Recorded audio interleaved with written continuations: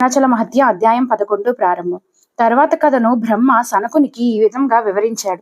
సింహవాహనం మీద ఉన్న అంబను మహిషుడు కొండరాళ్లతో కొట్టసాగాడు. మహాకోపముతో దేవి వాని ఆయుధములను ముక్కలు చేసి అనేక రకములైన శస్త్రాస్త్రములతో వాని శరీరములను గాయపరిచినది. పార్వతీ చేత గాయపడిన ఆ రాక్షసుడు కొంచెం కూడా చలింపక యుద్ధోన్మాదముతో విజృంభించాడు.